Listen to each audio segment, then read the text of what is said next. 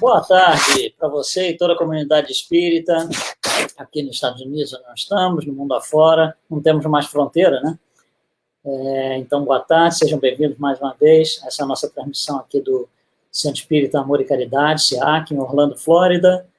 E, mais uma vez, obrigado pela sua participação conosco, que estejamos todos em paz, né, sob a batuta do nosso Mestre Jesus, que os nossos mentores e guias pessoais estejam conosco nessa transmissão, nessa live, aliás, muito especial hoje, que sejamos todos em paz. Então, muito obrigado novamente pela sua participação. Hoje a gente vai trazer alguém muito especial mesmo. Ela é, antes da gente dizer quem que é, eu vou ler só para vocês terem ideia. Olha só, ela é presidente da Associação Médico Espírita dos Estados Unidos, presidente da Associação Médico Espírita Internacional, né, e médica endocrinologista, doutora Sônia Dói. Sônia, como estamos? Muito bem, muito obrigada, Luiz, e muito obrigada a todos vocês do Centro Espírita Amor e Caridade. É uma alegria muito grande estar com vocês, agradeço muito esta oportunidade. Essas oportunidades foram se criando aí em função até da situação que estamos aí vivendo, presencialmente fica mais complicado da gente fazer os eventos, mas por outro lado, né, olha só, a distância não é mais algo significativo, né? Então a oportunidade de estarmos juntos é uma alegria muito grande da nossa parte. Muito obrigada. Mas, Sônia, esse tema eu acho que é um tema, assim, desafiante e muito longo, tá? Acho que tem muita coisa para a gente falar, obviamente, não dá para falar tudo que a gente quer, ficaríamos horas aqui, mas perispírito e saúde, o que você poderia, assim, um pontapé inicial, o que a gente poderia comentar sobre o assunto? Vamos começar pela raiz, né? E lembrar que Kardec já nos traz esse conceito de perispírito quando ele pergunta aos espíritos se o espírito é envolto em alguma coisa ou não. E aí os espíritos, nas perguntas lá 93, 94, 95, nos dão a ideia de perispírito, que é o corpo do espírito. E nos dizem já que é um composto de matéria, uma matéria muito sublime, muito fina, muito diferente da nossa matéria bruta, do nosso corpo físico, mas é um envoltório material do espírito. Então, Kardec já nos fala lá no início. Depois nós vamos vendo, a partir do momento que nós estudamos as obras de André Luiz, especialmente, tem 2 livros que são fantásticos, que trazem muita noção sobre a influência do perispírito e como ele se relaciona com o nosso corpo físico, etc. Então, o livro Evolução em 2 Mundos e o livro Entre a Terra e o Céu. Esse livro Entre a Terra e o Céu, precisa tomar cuidado, porque existem vários livros chamados Entre o Céu e a Terra, que não tem nada a ver com o espiritismo. Então, Entre a Terra e o Céu. E através dos instrutores que estão instruindo o André Luiz, nós vamos conhecendo qual é a correlação entre espírito e corpo, e como o perispírito, sendo um intermediário, nos traz as influências do espírito para o corpo. Então, tem tudo a ver com saúde e doença.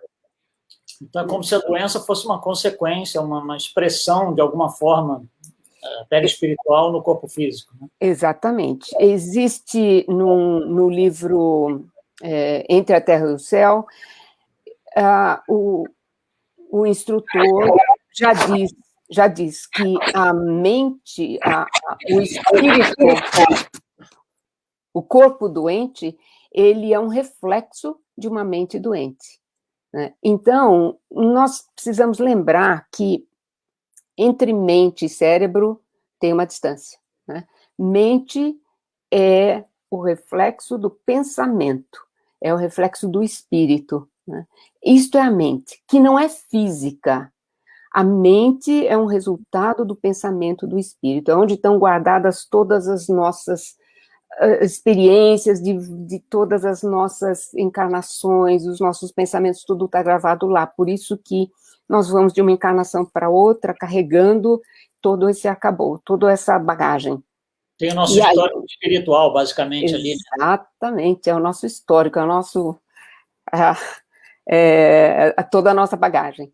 E aí, a mente se comunica com o cérebro através da pineal e do centro coronário, e o centro coronário, isso tudo André Luiz, está nos livros de André Luiz, o centro coronário então, comunica com todos os outros centros, porque o centro coronário, no perispírito, ele comanda todos os outros centros. E então, esse fluido passa, o fluido pensamento passa para o perispírito, que depois vai se comunicar com o nosso corpo físico através do sistema nervoso. Então, existe uma conexão entre perispírito e o nosso sistema nervoso.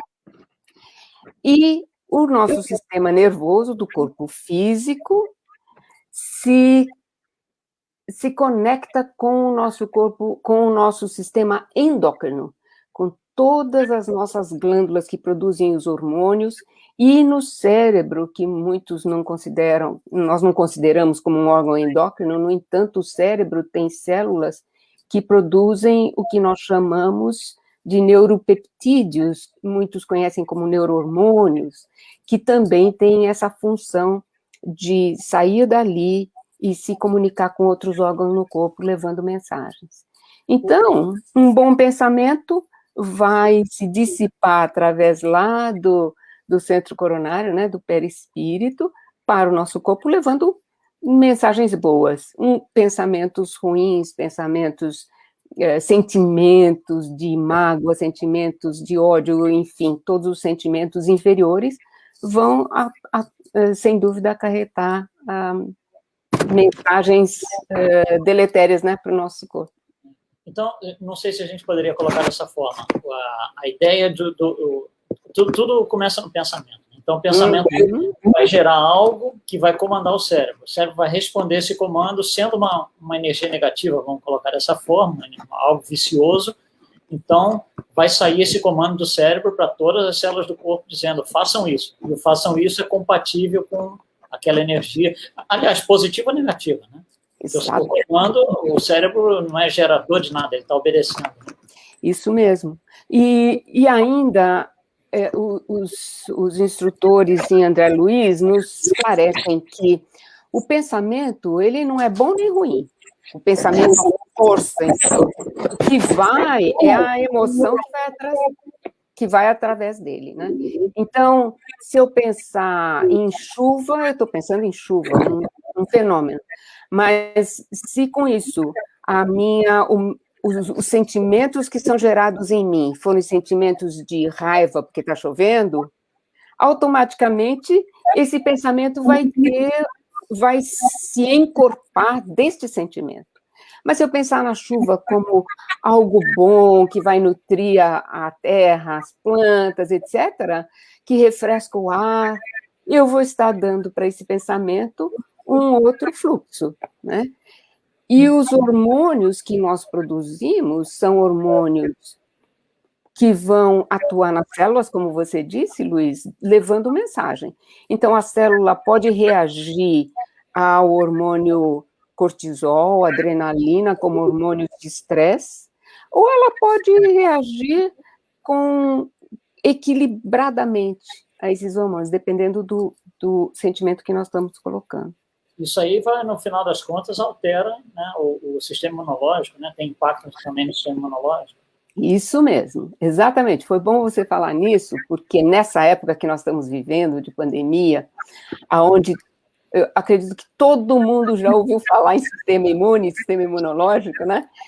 É importantíssimo isso que você disse, Luiz, porque, vejam, o pensamento está comandando lá o sistema nervoso, o sistema endócrino, e o sistema endócrino, através dos hormônios, chamados hormônios de estresse, o principal deles é o cortisol, vai influir no nosso sistema imune. Então, pouco cortisol ou muito cortisol, os dois são ruins. E o que acontece? Nós precisamos de equilíbrio. O cortisol é necessário? É necessário, mas ele precisa estar numa fase equilibrada. Então, quando nós temos medo, por exemplo, ou ansiedade, ou o estresse de uma forma muito expressiva, crônica, depressão, tudo isso vai formar cortisol, as nossas glândulas vão responder a isso, formando um nível muito alto de cortisol. E este nível alto vai suprimir o sistema imune, o que quer dizer, vai tentar tirar Vai baixar a imunidade, né? Vai baixar a imunidade, exatamente. A resposta imune vai ser ruim. E por isso nós pegamos muita infecção. É comum nós vermos isso. Por exemplo, quando nós estamos muito estressados, porque aconteceu alguma coisa na família, ou porque nós temos muito trabalho, o que acontece? Nós começamos a pegar gripe fácil, nós começamos a ter processos alérgicos fácil, porque o nosso sistema imune está deprimido. Né? Debilitado, né? Debilitado. Então, nesse sistema atual, uma das coisas importantes que nós temos falado muito aqui no nosso centro espírita e para quem nós podemos conversar, é dizer, por favor, mantenham-se equilibrados, façam suas orações, façam meditação, faça algo que te ajude a estar de uma forma mais positiva, ter mais esperança, porque isso é o que, melhor do que qualquer vitamina D, C, qualquer coisa, é esse equilíbrio. Luiz fala que a oração é a forma mais sublime de pensamento, né? Exatamente, exatamente. Lá em cima, né? É porque não tem como nós fazermos oração com ódio, né? Oração tem que ser feita com amor. Então não há jeito, é por isso que é tão sublime, né? Porque naquele momento, pelo menos, nós estamos nos despindo de sentimentos ruins. E voltando aqui, só uma coisa interessante que você falou, né? Que você pensa alguma coisa, o pensamento em si ele é neutro, ele vai ser polarizado com carga positiva ou negativa, digamos assim, pelo sentimento, né? Isso. Então, até o pensamento, ele tem um comando, né? Ele não é, assim, algo independente, ele depende de alguma coisa. Né, o pensamento, ele é gerado inicialmente pelo espírito, né? Então, o espírito tem um pensamento. E o que acontece nesse momento, dependendo da nossa bagagem anterior, dependendo de como nós atuamos, dependendo do nosso envolvimento até com a fé, nós vamos cobrir esse pensamento de emoção. E é aí que nós damos uma direção a ele. Então, é a emoção. E a emoção, ela faz parte porque o pensamento é algo originado e é como uma fagulha. E imediatamente nós ligamos ele à emoção. E a emoção, ela tem um componente físico, né? A emoção sentida pela nossa mente, ela vai ter um componente físico. E é aí que ela vai carregar, vai atuar nos nossos sistemas, sistema nervoso e tudo mais. A emoção, no momento que você sente uma emoção, todo mundo tem esse tipo de experiência, você tem uma emoção forte, o coração pulsa rápido, você começa a transpirar, né? O que é isso? É a adrenalina e o cortisol circulando rapidamente no nosso corpo, fazendo as células reagirem dessa forma. E o corpo vai sempre respondendo ao que vem do perispírito. Ele também não tem, digamos assim, autonomia, entre aspas, né? Ele responde a algo que vem de cima, né? O corpo eles têm uma resposta direta ao perispírito. E o que acontece? O corpo também tem uma certa influência no perispírito, porque no momento que nós alteramos o corpo cronicamente, então nós criamos uma doença no corpo, ele começa a ter uma resposta alterada no nosso perispírito. Então, o perispírito vai levar, porque o perispírito é ali o intermediário. Ele traz as vibrações, ele leva as vibrações de volta para o nosso cérebro, mente, espírito. Então, o espírito vai começar a sofrer as alterações que foram criadas no corpo, né? Então, a dor é física no corpo, Sim, sim. né? O espírito começa a ter esses sofrimentos por causa daquela dor. Então, nós precisamos tomar muito cuidado com isso, é por isso que nós aprendemos com os espíritos que o corpo é sagrado, o corpo é o instrumento do espírito, então nós precisamos cuidar. E no momento que nós modificamos, que nós causamos problemas sérios para o nosso corpo, o espírito começa a perder a capacidade de atuar. Então, digamos que eu provoquei uma doença por causa dos meus pensamentos crônicos, e uma coisa que é importante dizer aqui, nós estamos falando de emoções, etc., mas sentimentos de culpa são dos piores que existem, que muitas vezes nós trazemos até de vivências anteriores, sentimentos de culpa, sentimentos de revolta, eles ficam lá, começam a produzir, o André Luiz fala nisso, ele até diz que no perispírito se formam áreas em que esses sentimentos de culpa é como se fosse uma incubadeira ali, como se fosse uma bomba em formação. E aí ele vai afetar o corpo em áreas mais sensíveis, para cada um tem uma área mais sensível. Então, digamos que esta pessoa vai desenvolver um problema cardíaco, ou vai desenvolver um problema pulmonar, ou um problema gástrico, e isto vai ocorrer no corpo físico, né? Aos poucos, tudo isso que estava lá no perispírito vai se plasmar no corpo físico. O corpo físico, tendo uma alteração grave, vai não permitir que o espírito tenha todas as suas funções. Então, a pessoa... Não, pode falar, pode falar. A pessoa que, por exemplo, digamos uma pessoa que que fala, que é importante na comunicação, e de repente desenvolve um câncer de garganta e não pode mais falar. Pronto. O espírito ele veio com aquela função, ele era importante para ele a comunicação, mas a pessoa, por exemplo, através de muito fumo, ou seja, o que for, e mais os problemas que tinha, acabou destruindo uma parte do corpo que seria muito importante para a sua função.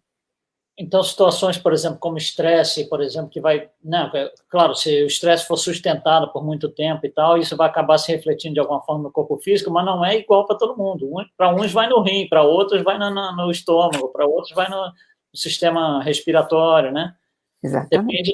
Porque isso também acho que depende do histórico espiritual de cada um. Exatamente. Nós fazemos a nossa programação antes de vir, né? Então, nós temos lá os pontos fracos já de antes. E é bem como você disse, o estresse agudo, ele é necessário e é benéfico. Então, por exemplo, se você está num lugar, de repente ouve um estampido, você corre, porque você está se protegendo. É até uma forma do estresse ligado ao nosso instinto, que é a nossa conservação. Mas o estresse crônico é prejudicial. Então, é bem assim, cada um tem um órgão, digamos, mais fraco. É um ponto fraco, né? Cada um tem o seu tendão de Aquiles, né? Exatamente. Agora, a gente estava falando da expressão do perispírito no corpo físico, eu lembrei de um negócio interessante. O Décio Andro, ele fala assim, que o corpo físico é o mata-borrão do espírito. Eu falei assim, Décio, você falar mata-borrão em 2021, ninguém vai entender. Temos uma expressão um pouquinho mais nova, né? E está ótimo do jeito que você está explicando, está muito interessante. Você sabe que, agora você me lembrou de uma coisa interessante. André Luiz, eu acho que é no livro Entre a Terra e o Céu. não André Luiz, mas os instrutores falam que o perispírito, que o corpo é como se fosse o carvão que absorve as coisas negativas para a purificação. Então, por exemplo, eles explicam dessa forma. Quando nós ficamos doentes, e aí é preciso diferenciar doença que nós causamos pelas nossas, vicissitudes, né, comer demais, fumar, beber, etc, etc, né, os nossos mau hábitos é uma coisa. Mas as doenças que se criam no nosso corpo, de experiências em vidas passadas, e que nós trouxemos para esta vida, e que agora se manifestam, e que nós mesmos escolhemos antes de vir, né? Nós escolhemos, eu quero ressarcir essa dívida. Para ressarcir essa dívida, eu vou precisar de passar pela experiência de ter uma doença, um câncer, um problema cardíaco, seja o que for. Então, nós até participamos dessa programação. Neste caso, quando a doença é um ressarcimento de débitos passados, ela funciona, como nos diz este instrutor, como se fosse um carvão que absorve, o carvão ele absorve impurezas, por isso muitas pessoas, né, usam o carvão mineral para limpar a água, purificador, né? É como se fosse esse carvão purificador. Então, nós passamos, o corpo vai ter aquela doença, absorve todas aquele karma, digamos, negativo, aquelas dívidas que nós tínhamos de vida passada, e o espírito, quando sai desse corpo, sai mais leve, porque agora ele deixou no corpo as experiências negativas, né, através dessa doença, do que ele passou. E também depende de como nós passamos essa doença, né? Sim, claro. Né? Precisa ser com resignação, com entendimento. Então o corpo físico ele leva embora esses resíduos, por assim dizer, né? Exatamente. Na realidade, é através da nossa vivência, né? Então, o corpo vai sofrer, nós vamos sentir a dor, as deficiências, seja o que for, mas se nós tivermos uma atitude de resignação, uma atitude positiva, de entendimento, o sofrimento é diferente.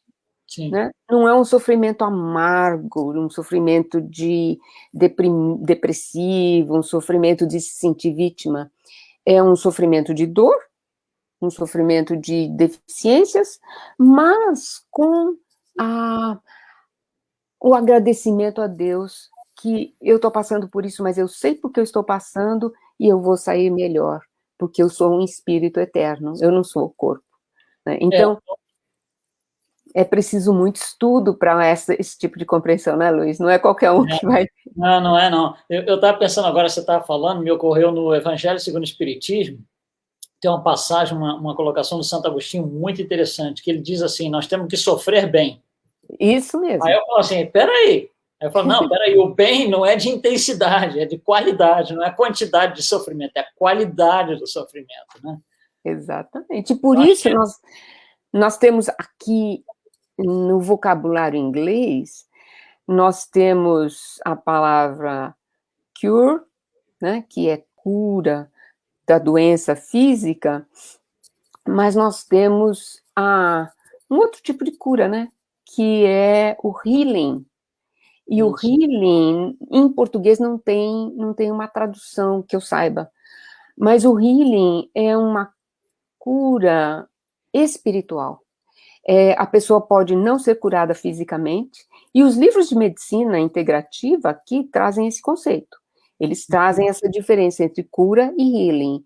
E tem um livro que eu gosto muito, é um livro clássico de medicina, não é um livro de espiritualidade, nada. Mas o autor diz assim, você pode curar uma doença dando os remédios necessários, etc., Mas se você não promover o healing, essa doença pode voltar. E pode voltar pior de uma forma que não seja mais possível curar. Então, o healing é aquele equilíbrio né, interno que nós precisamos dar para as pessoas. Isso é uma coisa interessante. Isso aí eu acho que na literatura espírita, especialmente a literatura tradicional, depois da codificação com André Luiz e o próprio Emmanuel, tem muita coisa ali, muito detalhe. Muitas das coisas que foram faladas por André Luiz na época, lá na década de 30, 40, não se compreendia, porque não se tinha o conhecimento que a gente tinha na época não tinha chegado ao ponto da gente absorver certos conceitos que ele estava colocando. E hoje a gente já consegue absorver muito mais, acho que o entendimento fica um pouco mais claro, né? Exato. E as pesquisas que foram sendo feitas, né, que ajudam mais a gente a entender isso. Agora, Sônia, você passou tantos anos na pesquisa, e isso é uma coisa que sempre me vem na minha cabeça. Como é que é ser pesquisador na medicina e ser espírita ao mesmo tempo? Como é que é isso? Luiz, uma vez me fizeram essa pergunta, muitos anos atrás, alguém me perguntou, como é que você pode ser médica e ser espírita? E eu vou dizer uma coisa, eu fico até emocionada quando eu falo isso, mas não, hoje em dia, não daria para ser médico sem ser espírita. O espiritismo me trouxe tanto conhecimento, que mesmo nas aulas que eu dava sobre células, sobre o funcionamento das células, me dava vontade de falar de André Luiz.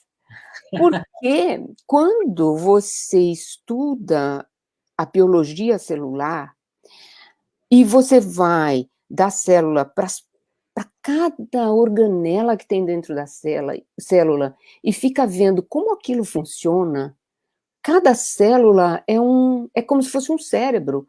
Ela tem toda uma organização e um funcionamento que é inteligente. E é tão inteligente que, se houver um erro, a própria célula sabe como se corrigir. Então, quanto mais eu estudo biologia, quanto mais eu estudo medicina, porque a gente nunca para de estudar, mais eu vejo, mais eu agradeço a Deus pelo conhecimento espírita. Então, é realmente uma maravilha. Só posso agradecer. Não, é uma colocação interessante do André Luiz, que eu adoro isso aí. Ele fala assim que as células são animálculos infinitesimais e são domesticados. Exatamente. Ou seja, quando você para olhar essas três palavras, o conceito de cada uma dessas, você coloca as três juntas, é um negócio muito poderoso, é muito interessante, e a explicação toda quase que ele dá em cima da biologia celular em relação ao perispírito e espírito é baseado nesse entendimento. Exatamente. E quando ele nos fala, eu acho que é Clarencio que faz eu não tenho muita certeza, que faz esta colocação, isso é no livro Evolução em Dois Mundos. Uhum. Entre a Terra e o Céu. Ele fala que o perispírito é como se fossem células elétricas, aonde o pensamento corre em circuito fechado. Então, você fica imaginando que o perispírito tem contato direto com as nossas células. O nosso pensamento circulando ali está afetando cada uma dessas célulazinhas no seu funcionamento, né? Então, quando André Luiz fala nessa frase memorável, que elas são animálculos, como se fossem animais muito pequenininhos, né? Isso. Tem o seu próprio cérebro, o seu próprio comportamento, e que são domesticáveis, são sim, porque elas dependem do nosso pensamento. Então, nós precisamos ter essa consciência de que cada célula responde ao nosso pensamento. O pensamento passa a ser, então, o entendimento do que é o pensamento, de como ele é formado, como ele se propaga, passa a ser crucial, né? Exatamente. No entendimento de tudo, né?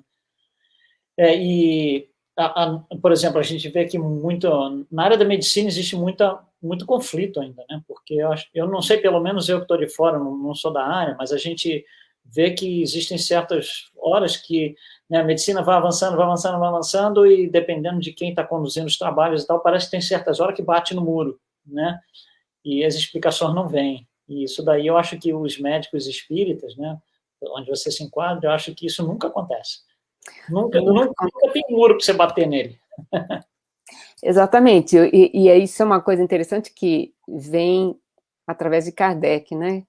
Quando ele diz que a ciência e o espiritismo andam par a par, mas que o espiritismo são duas coisas interessantes que ele diz aí. Primeiro, que quando nós estivermos caminhando ali e a ciência for para um lado, o espiritismo para outro, que a gente fique com a ciência, se a ciência disser uma coisa que seja contrária ao espiritismo. Até hoje eu nunca achei absolutamente nada que fosse contrário. Pois é, pois é.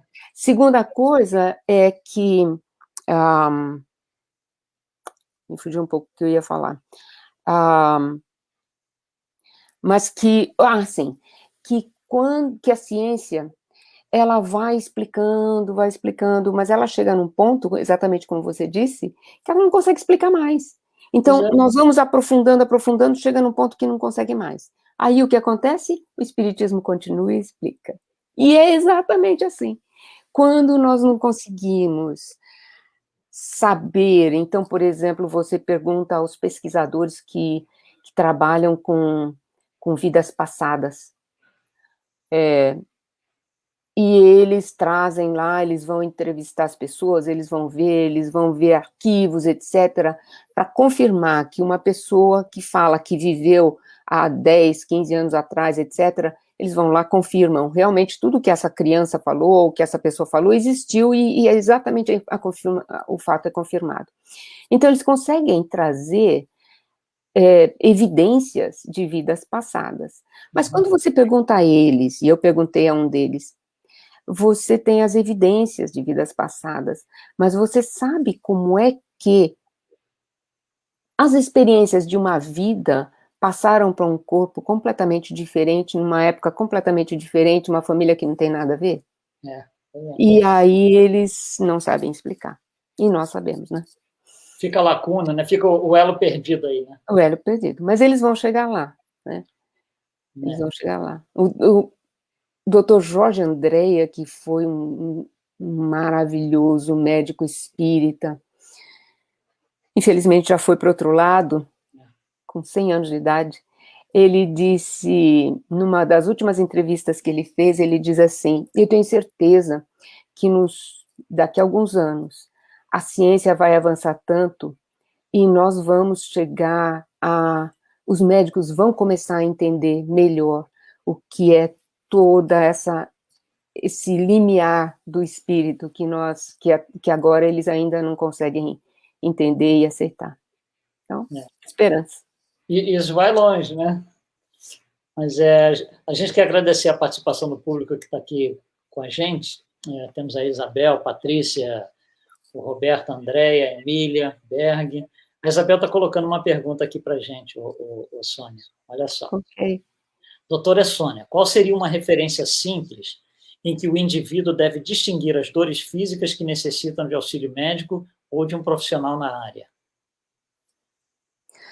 Obrigada, Isabel, pela pergunta. É muito importante isso. Primeira coisa, toda vez que nós temos uma dor física, toda vez que nós temos uma doença física, nós precisamos sim ir ao médico. Muitas vezes precisamos sim de medicamento, algumas vezes precisamos de cirurgia. São os cuidados com o corpo físico. No entanto, nada impede que nós façamos o nosso cuidado espiritual. Não é porque nós trazemos, e Kardec fala sobre isso, não é porque nós trazemos débitos do passado e no nosso planejamento espiritual, planejamos que nós vamos ter, nosso corpo físico precisa manifestar uma doença X ou Y, digamos uma doença cardíaca, que eu vou chegar aqui e falar assim, essa doença cardíaca é o meu débito passado, deixa ela correr sozinha, eu não vou me cuidar, porque assim eu queimo o meu débito. Não. Deus, na sua bondade infinita, ele nos permite que nós passemos a experiência, mas permite que nós possamos modificar as nossas atitudes, senão isso não serviria para nada. Senão nós íamos ter uma dor física sem proveito. Qual é o maior objetivo dessa dor física? A nossa transformação interior. É a nossa reforma interior. Então, no momento que nós temos uma doença e nós passamos com resignação, sem culpar Deus, por que eu estou doente, por que sou eu, não é a minha vizinha, não é fulano de tal. Se nós passamos e dizemos, não, eu vou enfrentar isso com coragem, eu vou enfrentar com fé, nós passamos de uma forma melhor. E muitas vezes Deus nos permite que nós nos curemos totalmente. Isso ainda tem mais um objetivo. Se nós vemos o decurso da medicina, quantas coisas, quantas doenças que eram incuráveis hoje em dia são curáveis. Até câncer, alguns tipos. Então, isso também é uma forma de estímulo para a ciência, para a medicina, para novas descobertas. É um estímulo para quem convive conosco, de paciência, de também resignação, de amor, de fraternidade, né? Então, nós temos aí é algo muito mais complexo do que uma simples doença. Mas, para deixar bem claro, nós precisamos do cuidado físico, sim. O nosso corpo foi dado para que nós tenhamos sempre o maior cuidado com ele. E tudo, novamente, voltando lá, né, na história do pensamento, os sentimentos e tudo mais. Né? Isso Exatamente. a gente estava falando nisso lá no início, de pensamento, sentimento, essas coisas. O André Luiz tem uma frase muito interessante, eu vou até colocar aqui para o pessoal acompanhar. Ele está no Evolução em Dois Mundos, então ele diz assim: a partícula do pensamento é passiva perante o sentimento que lhe dá forma e natureza, para o bem ou para o mal. Né? Acho que a gente comentou um pouquinho nisso, não sei se você podia expandir talvez um pouquinho, elaborar um pouquinho mais em torno dessa colocação do André Luiz. Essa colocação é maravilhosa, né? Nós falamos um pouquinho sobre isso, que o pensamento, ele é produzido pelo espírito, e ele é natural, mas no momento imediato que ele é produzido, ele se associa com um sentimento nosso. Então, nós pensamos em alguma coisa, imediatamente vem um sentimento de amor, de prazer, ou um pensamento negativo, ou uma lembrança. Tudo isso é o que dá direção ao nosso pensamento. Se esse pensamento for rápido e nos traz uma lembrança triste, e nós imediatamente reagimos e vamos procurar uma leitura, uma música, algo que nos tire daquele pensamento negativo, e nós podemos transformá-lo. E na próxima vez que ele vier, ele já não vai mais ser negativo. Mas se nós tivermos esse pensamento e ele traz um sentimento negativo, e nós ficamos cultivando esse sentimento negativo, ele vai se tornar crônico, vai passar do nosso pensamento da mente para o corpo físico, através do perispírito, e pode se transformar numa doença. Outra coisa importante nessa frase é essa palavra partícula. Vejam, esse livro, lá, 1952, eu acredito. Partícula. Naquela época, e até poucos anos atrás, pensamento é algo que é uma onda, é algo que ninguém nem sabia definir o que era pensamento, né? Verdade. Hoje em dia, a luz, que todos achavam que era simples energia, nós sabemos que a luz, ela transita entre energia e partícula. Então, a mesma coisa o pensamento. E em a Gênese tem uma descrição que também reforça isso que está no Evolução em Dois Mundos. Quando Kardec diz que o pensamento, ele toma uma forma, o pensamento toma uma forma. Então, como se fosse uma partícula, como se fosse uma matéria. Ele toma uma forma e ele reflete no perispírito, como se estivesse refletindo num espelho, e do perispírito para o corpo. Então, nós vemos aí o que muitos de nós chamamos de forma-pensamento. O pensamento pode, na realidade, na sua... né, quanto mais forte ele for, ele pode realmente se transformar numa força muito grande e numa forma. E estas formas, elas podem influenciar o nosso corpo físico, pode ter um impacto muito grande. Então, é muito importante que nós tenhamos esse conhecimento. E nós também somos influenciados pela forma de pensamento dos outros, né? Nós também recebemos isso aí, dependendo de como absorvermos, né? Excelente, Luiz, gostei muito de você ter trazido isso, porque isso é uma outra parte que nós precisamos tomar cuidado. O nosso contato do nosso corpo físico com o mundo espiritual, incluindo nós como espíritos, é a pineal.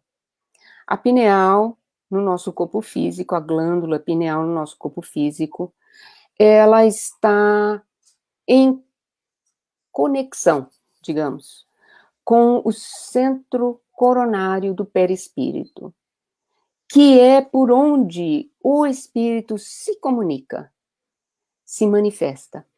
Não só nós, como espíritos outros que estão ao nosso redor, encarnados ou desencarnados. Então, é como se nós tivéssemos realmente uma antena que capta estas energias, né, estes fluidos, e se transmitem através do todo o nosso sistema nervoso. Quando nós estamos num determinado ambiente, nós estamos sujeitos a ser influenciados por tudo que está ali no ar, né? Assim como o ar que nós respiramos. Então, os pensamentos podem nos influenciar, então nós estamos num lugar cheio de pessoas, e algumas vezes os pensamentos começam a fluir, enfim. É necessário muito cuidado. As pessoas que são mais sensíveis, especialmente os que têm mediunidade, sentem isso até de uma forma mais evidente, né? E sentem, eu estou no ambiente, mas não estou me sentindo bem aqui.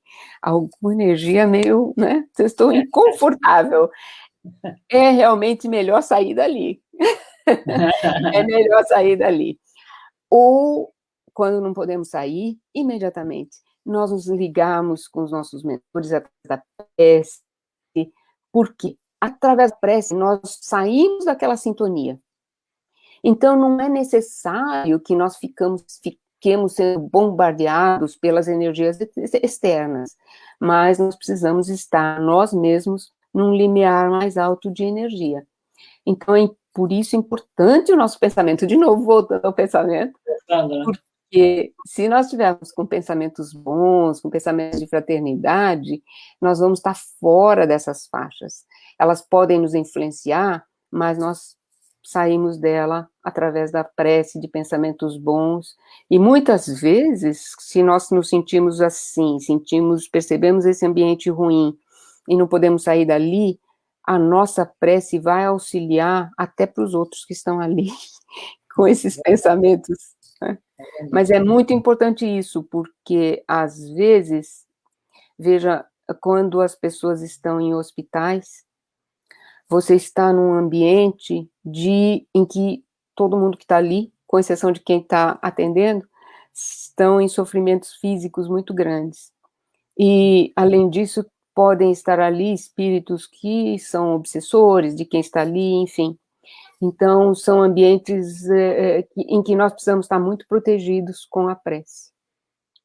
E uma das coisas que a gente procura colocar, falar, estudar muito, né? Todos nós estamos estudando, E a ideia de você, vou lá no hospital dar um passe na tal pessoa, né?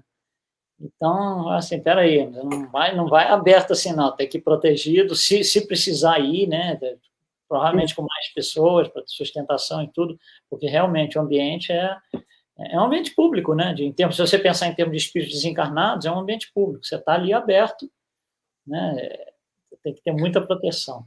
Por isso que nós normalmente não fazemos passe em qualquer lugar, né? Nós fazemos na nossa casa espírita, que é protegida, né? Protegida, é verdade. Quando é necessário ir a um lugar assim, é bem exatamente isso que você falou, é o que nós praticamos no nosso centro espírita também. Nós nos preparamos antes e, de preferência, mais de uma pessoa. Prepara no centro, aí todo mundo vai, né? Que aí tá protegido o grupo, é verdade. Agora, Sônia, outra coisa que, por exemplo, não sei, através dos anos, eu venho sempre pensando nisso. O profissional de saúde, o médico e tal, quando ele está lá numa consulta, não cirurgia, possivelmente uma consulta, ou uma sequência de consultas. Quando o médico está ligado a algum tipo de espiritualidade, não necessariamente espírita, mas quando ele já tem essa abertura fora do paradigma materialista, e você tenta colocar isso para o paciente, por exemplo, muitas vezes o paciente não quer ouvir. Muitas vezes o paciente não aceita, não concorda, não sei. E aí não dá para fazer muita coisa, né? Dá para fazer? Como é que é? Isso é uma coisa interessante que surgiu possivelmente de uns 10 anos para cá. De uns 10 anos para cá, as pessoas, os médicos, começaram a sentir, ou por pressão dos pacientes, ou de alguma outra forma, a necessidade, essa história da espiritualidade que começou a emergir, né? Todo mundo falando de espiritualidade, etc. E os médicos sentiram uma certa pressão, e aí foi quando surgiu todas as escolas de medicina, praticamente, fundaram a parte de medicina integrativa, onde se fala de espiritualidade. Aí, o que é que se ensina aos alunos? Eu estou dizendo isso porque eu fazia parte de uma escola de medicina, onde se dava aula para alunos aqui nos Estados Unidos sobre como atender o paciente.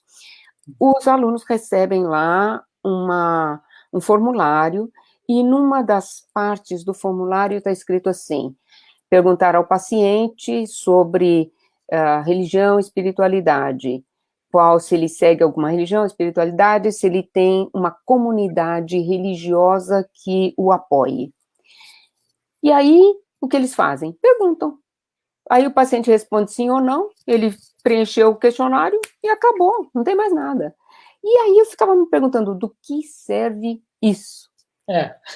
Para que isso serve? Só para você colocar lá no prontuário. Bom, aí as coisas foram se processando aos poucos.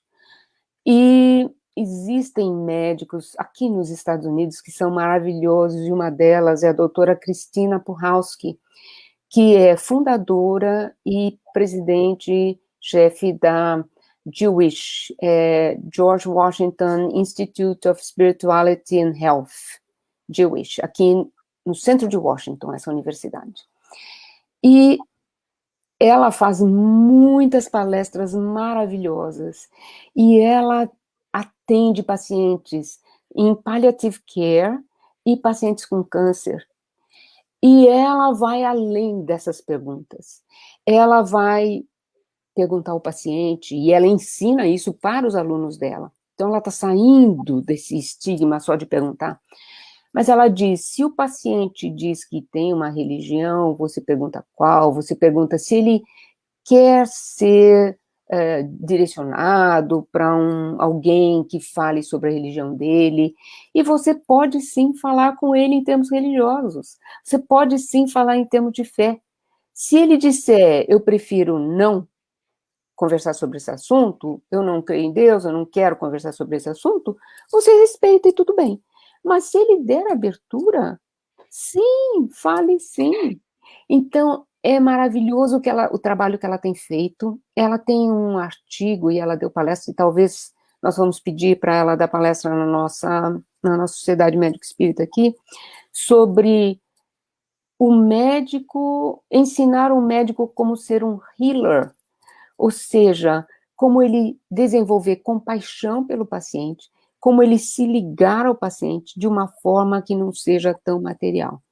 Então, existe esta forma. Se você não pode dizer para o paciente, olha, seria bom você ir lá no meu centro tomar um passe, ou seria bom você ir lá no padre pedir... Não, mas você pode perguntar se ele tem uma crença, se ele acha que uma prece, se ele acha que alguém da própria crença dele pudesse ajudar, porque o paciente, na hora que ele chega para o médico, ele faz uma divisão, médico aqui, religião lá. Ele não está acostumado que o médico fale nada de religião. E os médicos também têm que criar um tabu em relação a isso. Mas quando o médico tem uma abertura, o paciente se desarma. E se você fala, eu respeito a sua religião, respeito todas as religiões, se você quiser conversar sobre isso, o paciente se abre. E aí ele pode dizer, ele pode até te pedir ajuda. Então é muito benéfico este tipo de abertura, né? É necessário e é benéfico. É benéfico, é necessário agora, é uma coisa que eu acho que é um pouco rara, né? Como você falou, você não vê os médicos falarem em sistema de crença, nada disso, porque se criou um tabu, infelizmente. Isso porque também o sistema de saúde se tornou extremamente materialista e conta-se tempo, né? Quantos minutos durou essa consulta? 10 minutos você ganha X, 15 minutos ganha Y. Então, o médico, para ele poder ter o rendimento necessário que ele queira, ele precisa atender as pessoas em menos de 15 minutos. E aí não dá tempo de você ficar conversando sobre isso. Mas pacientes que estão em hospital, que você pode ter o tempo que você quiser, você pode ir lá e conversar na beira do leito.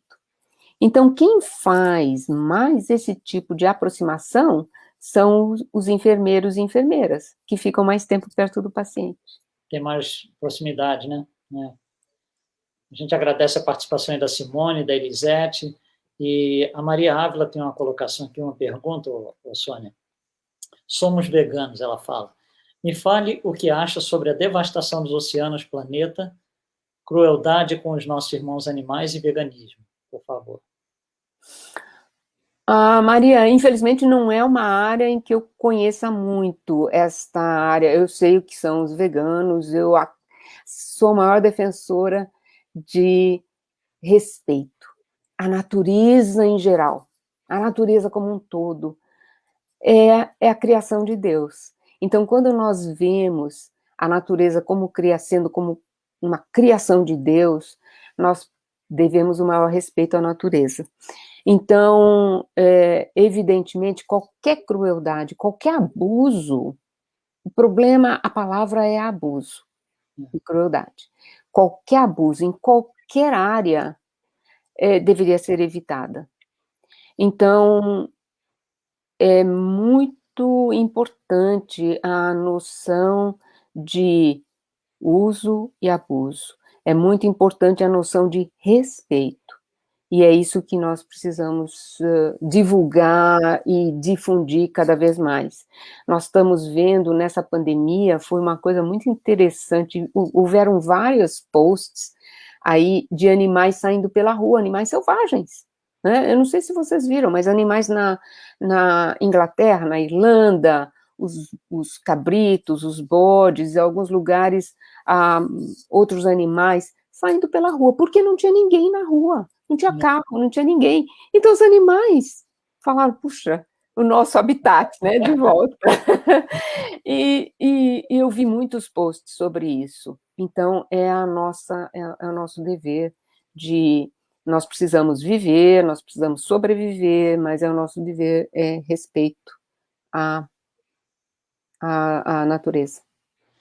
Em relação também não exatamente veganos ou não veganos, mas a alimentação, no modo geral, independente de qual que ela seja, porque cada um tem a sua crença, a sua preferência, mas a alimentação é algo também importante, porque é como nós vamos cuidar do corpo, como você falou lá no início, que vai nos permitir, né, as vivências e as experiências que o espírito precisa. Se nós detonarmos o corpo, nós estamos tirando de nós mesmos essa oportunidade de fazer esse passo evolutivo. Então, a própria alimentação passa a ser uma coisa significativa. Da mesma maneira que, né, álcool, fumo, alimentação, todos os excessos, né?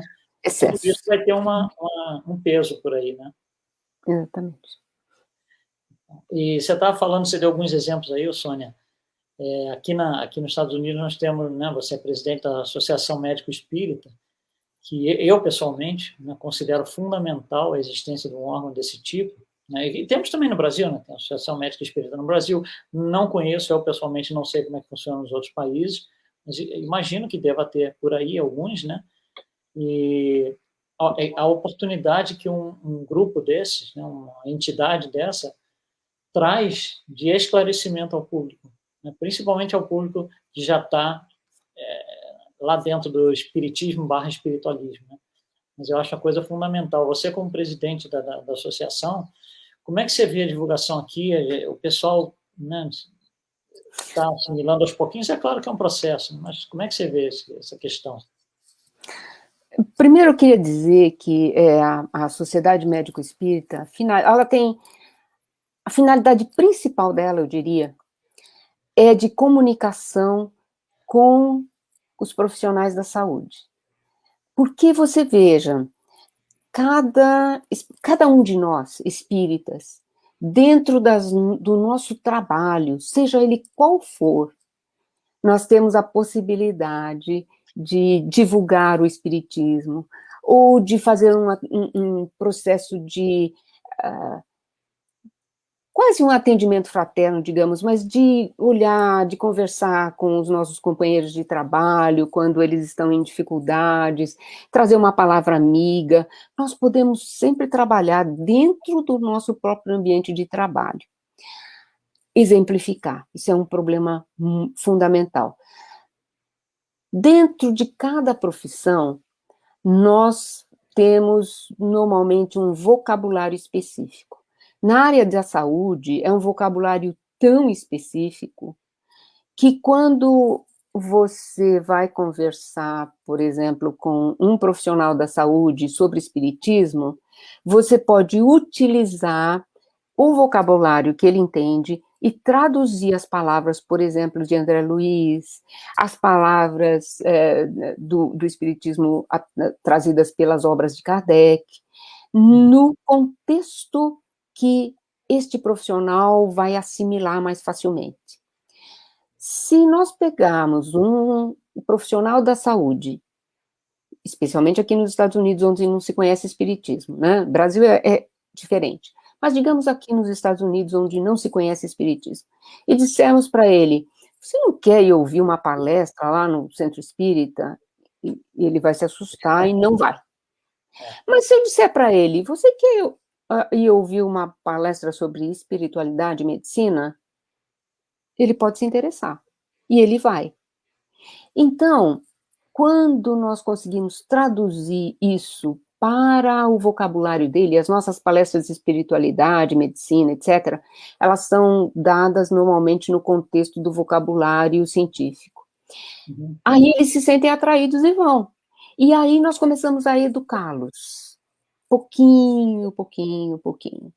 E eu tenho tido essa experiência, Luiz, depois olha, nós estamos trabalhando com a Sociedade Médico Espírita aqui nos Estados Unidos desde 2006, 2008, 2010, nós começamos a crescer um pouco mais, e o nosso congresso de 2010 foi aí na Flórida, por sinal, e aí nós começamos a difundir um pouquinho mais. Nestes anos, há 4 anos atrás, eu tive a felicidade de ter palestrantes não espíritas daqui dos Estados Unidos, ouvindo todas as palestras que estavam lá, as que não eram espíritas e as que eram espíritas, e saindo de lá com uma mente mais aberta, saindo de lá dizendo, mas este livro, Evolução em Dois Mundos, foi escrito como mesmo? Francisco Xavier não conhecia nada disso, não conhecia a medicina? Como foi? Cadê os trabalhos de laboratório dele, né? Exatamente.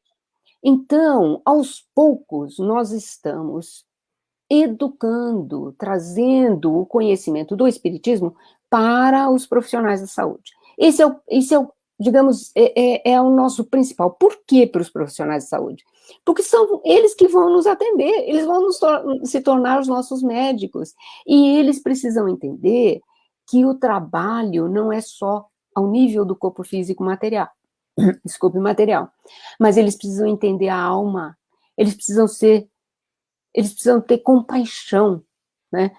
Eu até anotei aqui no livro Entre a Terra e o Céu, o instrutor Clarencio diz o seguinte: o médico do porvir, para sanar as desarmonias do espírito, precisará mobilizar o remédio salutar da compreensão e do amor, retirando-os do próprio coração.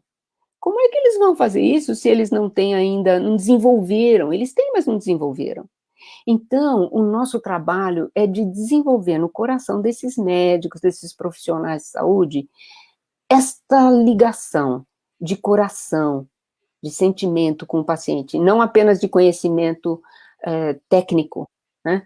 Então, esse é o nosso papel principal. O nosso segundo papel, e isso pode ser feito até a nível de centro espírita, não necessariamente através das sociedades médico-espíritas, é o de trazer a parte científica de Kardec e dos livros de Chico Xavier, que toda a coleção André Luiz, que são muito científicos, trazer isso para uma linguagem mais fácil das pessoas compreender, né? Traduzir isso. Então, essas são as nossos principais objetivos. E nós estamos aí, atualmente, a nossa Sociedade Médico-Espírita Americana está desenvolvendo a cada ano um pouco melhor, e a internacional nós temos atualmente 8 nacionais, e está se formando, não, 9, ontem eu recebi a comunicação, então nós temos Argentina, Brasil, Colômbia, França, Suíça, Portugal, Panamá, nós aqui nos Estados Unidos e a 9ª Inglaterra. Então, são 9 países com organizações centrais, e no Brasil tem muitas que fazem parte da AME Brasil, que faz parte da Internacional. Que bom, que maravilha que a coisa está crescendo e estamos tendo essa oportunidade de colocar para os profissionais de saúde, né? Algo que vai ser útil não só para eles agora, mas eles vão poder utilizar para beneficiar todos os pacientes. A gente tem a Maria Ávila aqui agradecendo pela sua explicação, respeito, empatia, ser a mudança que queremos ver no mundo, ser o exemplo, naturalmente, sem interferir no livre-arbítrio do próximo, falamos nisso, né?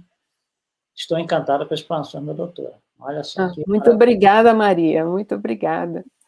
O importante é nós continuarmos trabalhando juntos, nos unindo, né? A Sociedade Médico-Espírita não é elitista, algumas pessoas usam esse termo como dizendo, vocês se sentem melhores. Não, nós estamos fazendo o nosso trabalho dentro do compromisso que possivelmente nós assumimos antes de encarnar, de ter o conhecimento médico para auxiliar no desenvolvimento do conhecimento espírita. Então, nós estamos aí simplesmente fazendo o nosso trabalho, mas cada profissional tem a possibilidade de fazer o seu trabalho no seu local também. Sônia, para a gente terminar, se você pudesse, de tudo que a gente falou, falamos tantas coisas, né, tantos itens que a gente cobriu aí, mas assim, se a gente tivesse que colocar uma mensagem central, principal, né, o que você acha que seria uma coisa para o pessoal levar para casa? Como eu falo, levar para o travesseiro hoje à noite, né? O que você acha de tudo que a gente falou que seria assim, isso aqui é uma coisa... Fundamental. Fundamental. Nós somos espíritos. Nós criamos o nosso pensamento e as emoções que vão com ele. Nós somos os responsáveis pelo bem-estar do nosso corpo perispiritual e corpo físico.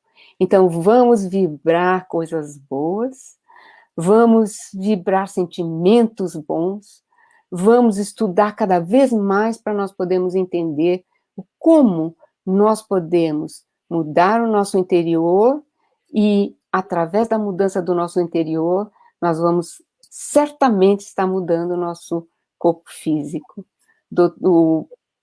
O nosso querido Dr. Jorge Andréa já dizia que o nosso perispírito sempre irradia, e ele irradia o que alguns chamam de aura. Então, vamos irradiar sempre uma aura bonita. Maravilha. Só uma última coisinha, o Antônio Neto está perguntando onde você fica. Eu acho que você fica na área de Maryland e Washington, D.C., aqui nos Estados Unidos. Né? Exatamente, em Maryland. Isso, tá bom. E se quiserem contato, entrem aí, www.sma-us.org, é o nosso site da SMA US. É o site da Sociedade Médica Espírita. Esse aqui, né? Exatamente. Lá tem muitos vídeos que foram gravados nos congressos anteriores, e vocês podem ver, fantástico, de médicos que não são espíritas, dos nossos médicos espíritas, claro, que trazem conhecimento maravilhoso, mas é muito interessante os médicos não espíritas que pouco a pouco estão falando coisas muito semelhantes às nossas. Maravilha. Ô, Sônia, eu acho que a gente precisa de umas 3 horas a mais, viu? Mas foi ótimo, maravilhoso. A gente queria agradecer a tua participação, né, tanto esclarecimento, uma coisa tão importante, que às vezes a gente, né, na corrida do dia a dia, mesmo nós espíritas, né, às vezes não nos damos conta, e existe todo um conjunto de coisas acontecendo por trás dos nossos pensamentos, e acho extremamente importante fazer essa colocação, como você fez, né, com tanta didática, com tanta uma sequência tão lógica das coisas. Muito obrigada, agradeço a todos que estiveram aí conosco, muitíssimo obrigada.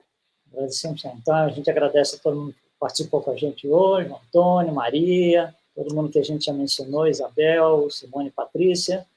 Então, gente, muito obrigado, que vocês fiquem todos em paz, que Jesus nos proteja durante a semana, todos nós, nossos mentores e guias, estejam conosco o tempo todo. Muito obrigado. Obrigado. Bom domingo.